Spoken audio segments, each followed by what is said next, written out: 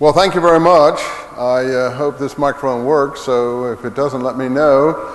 I don't think I've ever actually lectured from side to side to such a grand audience, so this is as much a first for me as it may be for some of you.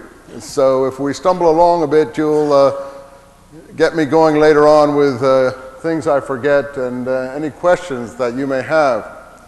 So don't hesitate to store them up and let me know where you might be curious or where I go astray. Now, you might say right from the start, what does this subject have to do with us or you, for instance?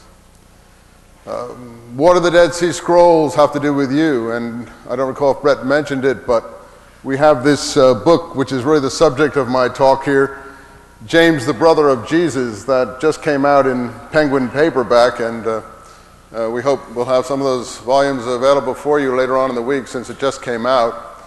But you might say, what's the study of James, the brother of Jesus, have to do with you? And did Jesus even have a brother, or brothers, as the case may be?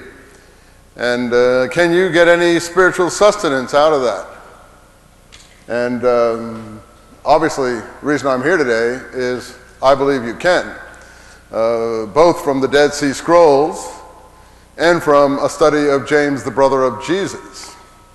So to see in what way we can do this, or what way you can get something that you get your teeth into, some spiritual sustenance that hopefully would carry forth to other studies, I move along into some of the things that I want to consider here this evening, always remembering that you'll catch me up where I've forgotten something or missed something that you personally may be more interested in. Let me say that right off, James, we're going to talk about who he is and how he got to be called the brother of Jesus and whether Jesus had brothers in a moment.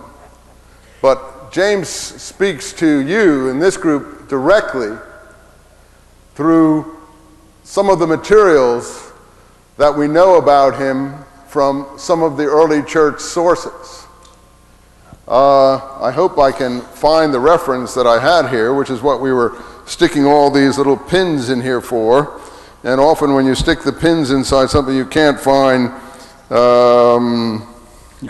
what you're looking for. So let's see if we can find this, and here I'm not doing a very good job of finding it. One of the first things that we can say about James in terms of early church texts which are relevant to you, and I'll explain this ideology in a moment, comes from a text that is attributed to early church father in the late 300s, early 400s, called Epiphanius. Does this board work? Can I write a name on the board? Will that be okay? Well, let's see if it works, okay? So I don't know what all these yellows and blues and different things are here, but we'll try, shall we? Black? But do you have to open them first, or they just work? Anyway, what? Oh, I guess you have to open them here. Maybe one of you guys can do this for me. I'm a bit of a... Oh, there you go. Thanks a lot. Oh, wow. Thanks.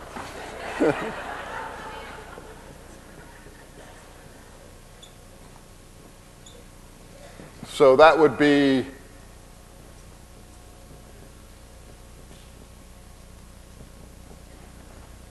Okay? So this comes from Epiphanius, and he was an early church, what they called heresiologue, or someone who wrote, someone asked me, what does that mean, an heresiologue?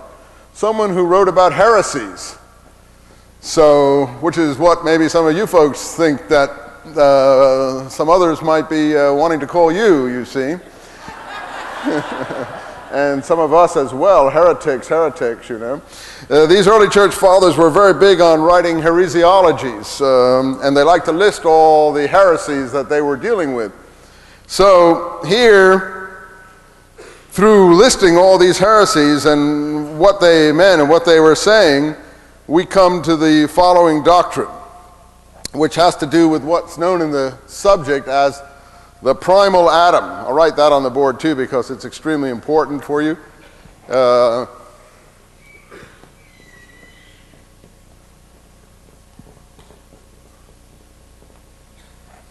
primal Adam. So as this is put forth, some of them, these are a group. Now another term, we'll talk about all these things, so we'll tell you what they all mean in a moment. And if I miss something, as I said, you'll tell me. So these are a group that Epiphanius is calling the Ebionites. So in referring to their ideology, he said, for some of them say, Christ is Adam. That's the primal Adam ideology, that Christ is Adam, the first man.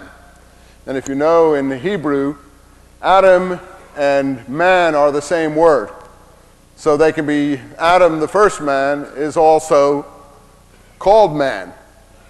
So that's, for instance, when the prophet Ezekiel speaks, some of you may know him well, he says, in the English translation, Son of man, prophesy unto the nations, etc.